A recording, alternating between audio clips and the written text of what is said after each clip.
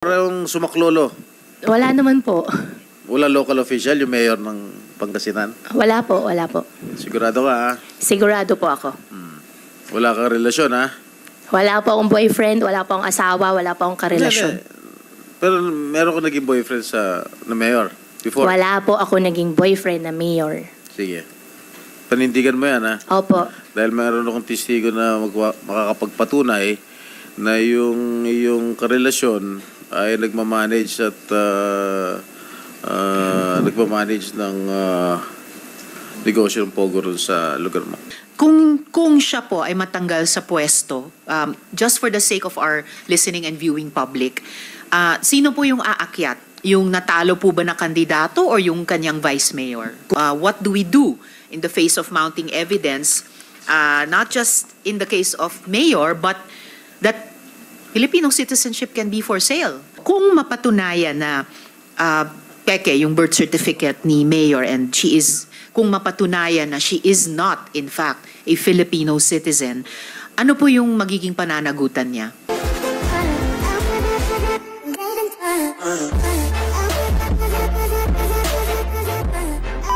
Didiretso na po ako agad sa tanong. Ang sabi niyo po ay trabaho lang ng COMELEC ay tanggapin ang mga dokumento ng mga kandidato at siyasatin kung ito ay kumpleto. So, tama po ba sabihin na COMELEC doesn't look beyond the four corners of the documents? Madam Chair, good morning and the members of the committee. Tama po, Madam Chair, ang sabi po ng Korte Suprema sa Serafica versus the Commission on Election, ni-reiterate yung decision nila sa Cipriano versus the COMELEC. Ang duty po kasi ng komisyon ay ministerial na kung saan tatanggapin namin ng certificates of candidacy basta kumpleto yung lahat ng items doon sa form ng COC at ito po ay under oath.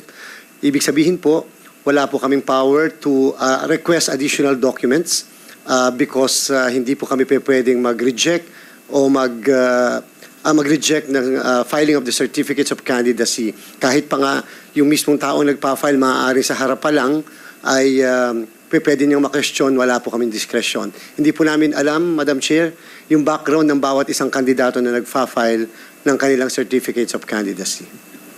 Well, naintindihan ko naman po yan, Chair, based on the presumption of regularity in the performance of duties dahil ang birth certificate, ang passport, issued naman ng government agencies. Pero paano po sa ganitong klaseng mga kaso na ang daming butas ng birth certificate? What do we do in the face of mounting evidence, not just in the case of mayor, but that Filipino citizenship can be for sale? Tingin niyo po ba nagwawarant ito ng ilang mga pagbabago sa election law natin? At kung oo, ano-ano kaya ang mga ito? Tama po, Madam Chair. Maraming salamat po. Sana po kami bigyan ng discretionary authority kasi madami po mag-aaway ng mga kandidato at mga local COMELEC namin pag magpa-file ng certificates of candidacy. Pero pwede naman po na baguhin natin yung pong Section 74 ng Omnibus Election Code kung saan na andun po kasi yung lahat ng items na dapat na nakalagay sa form ng certificate of candidacy at sana po maglagay din yung batas kung magkakaroon ng pagbabago ng mga karagdagang dokumento na pwedeng i-attach sa ating pong certificate of candidacy. Halimbawa po, ang birth certificate, pwede na pong pagsimulan yan ng lahat ng mga informasyon katulad sa age, katulad sa residency, at katulad po sa citizenship.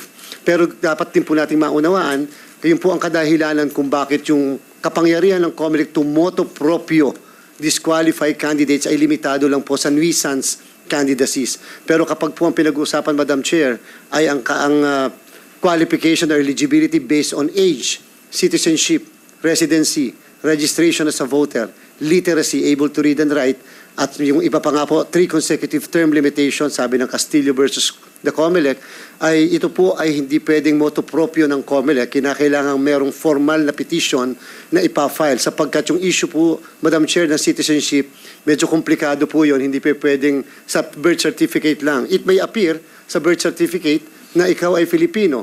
Your father and mother are both Filipinos. Pero yung pala, yung lolo mo ay foreigners and therefore natatransfer yung mismong citizenship. Dito po kasi sa ating bansa, kapag pinag-uusapan ng citizenship, ay ang ating pong ina-apply na principle, yung principle of jus sanguinis, blood relationship.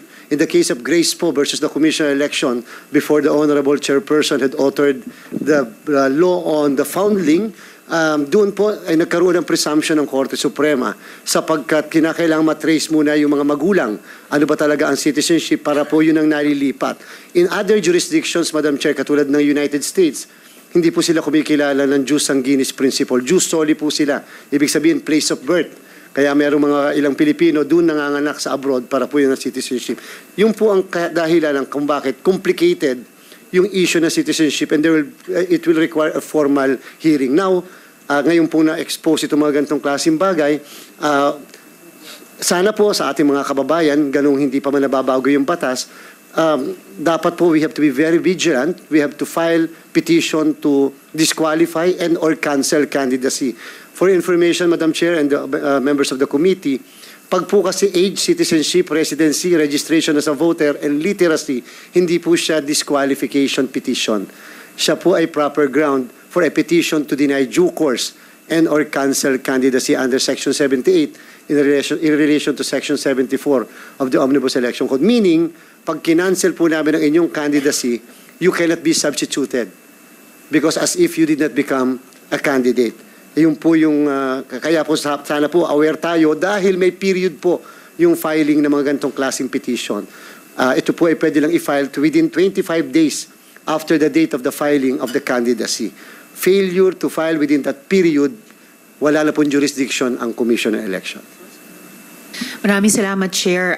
And very well noted din yung dahil in aid of legislation, yung investigasyon, pati yung mga payo nyo na pwede namin pag-aralan, mga pag-amyenda, particular sa sections 74 at 78 ng Omnibus Election Code. At kung mapatunayan na peke yung birth certificate ni Mayor and kung mapatunayan na she is not, in fact, a Filipino citizen, ano po yung magiging pananagutan niya? Kung sakali po, Madam Chair, na magpapile muli ng Certificate of Candidacy at a formal petition will be filed, remember po, katulad na nabanggit ko, ito po hindi ground for disqualification, ground po ito ng cancellation of candidacy. Ang basis po ng cancellation ng candidacy ay misrepresentation.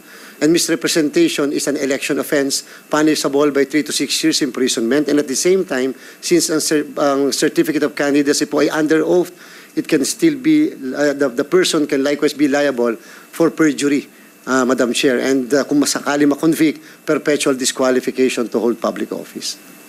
And huling tanong mula sa akin at this point, Chair, kung siya po ay matanggal sa pwesto, just for the sake of our listening and viewing public, sino po yung aakyat? Yung natalo po ba na kandidato o yung kanyang vice mayor? Kung sakali po, Madam Chair, na nakapag-file ang isang registered voter bago mag-eleksyon during the period na binabanggit ko ng cancellation of candidacy, kahit po yung kandidato ay nanalo, the COMELEC retains jurisdiction, and if later on, kahit siya ay public official na elective at that, at we found out na talagang nagsinungaling o nagkaroon ng misrepresentation, canceled ang candidacy, naging final ang kanyang ang cancellation ng candidacy, ang uupo po ay ang second placer. Because according to the Supreme Court, as if hindi siya naging kandidato, yan po yung kaso doon sa Lucy Torres case.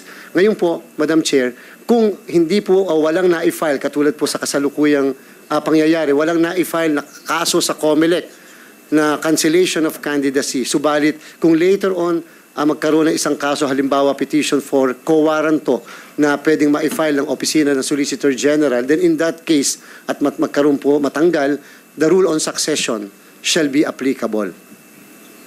Vice Mayor po yung uupo kung sakali po. Maraming salamat, Chair. So depende sa gagamiting proseso yung magiging outcome para sa bayan ng Bamban kung sakali. Those are all the Chair's questions for the good COMELEC Chair. Unless may tanong yung mga colleagues ko, then we will excuse the good Chair. Yes, Sen. Sherwin. Chair, no, wala. Wala po. Madam Chair, isa lang. Sen. Jinggoy. Thank you, Madam Chair. Mayor, nung ni-raid yung negosyo mong Pogoro sa doon sa lugar mo, sino yung local official na nagsalba sa'yo, na tumulong sa'yo? Your Honor, hindi ko po siya negosyo. Wala po ako negosyo po na whatever. Pogo. Nung ni-raid, sino yung tumulong sa'yo ron? Yung na-raid po, Yung local official. Sen Jinggoy, kung wala na po tayong tanong kay Chair Wala Garcia, na, i-excuse wala na po ng komite. At maraming salamat po sa inyong pagdalo. Mayor Guo, please proceed to answer the question of Sen Jinggoy. Opo, Sen Jinggoy, yung nakaraan po na March po, Yeah. Dalawang raid. wala naman, Parang sumaklolo. wala naman po. Wala local official, yung mayor ng Pangasinan. Wala po, wala po. Sigurado ka, ha? Sigurado po ako. Wala kang relasyon, ha? Wala po akong boyfriend, wala po akong asawa, wala po akong karelasyon. Hindi. Pero meron ko naging boyfriend na mayor before. Wala po ako naging boyfriend na mayor. Sige. Panindigan mo yan, ha? Opo. Dahil meron akong testigo na makakapagpatunay na yung karelasyon ay nagmamanage at nagmamanage ng negosyo ng Pogo ron sa lugar mo. Opo, sige po.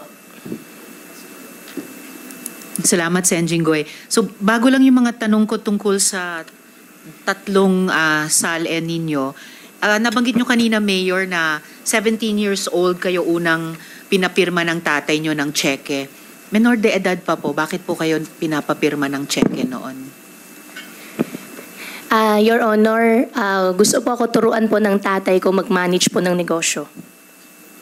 Okay, just noting na ang menor de edad hindi po pinapayagang pumirma ng cheque. Kung kaya nga, that's behind reforms like yung sa SK Reform and Empowerment Law. Opo. Anyway, Opo. yes, Mayor? Meron pa kayong gustong isagot dyan? Your Honor, I might be wrong dun sa 17, pero baka mga 18 or 19 years old. Pero nangyari po yun sa akin, sa pagkakatanda ko po is 17 po. So kung may baka mali lang po ako sa edad po, Your Honor. Okay, noted, Mayor.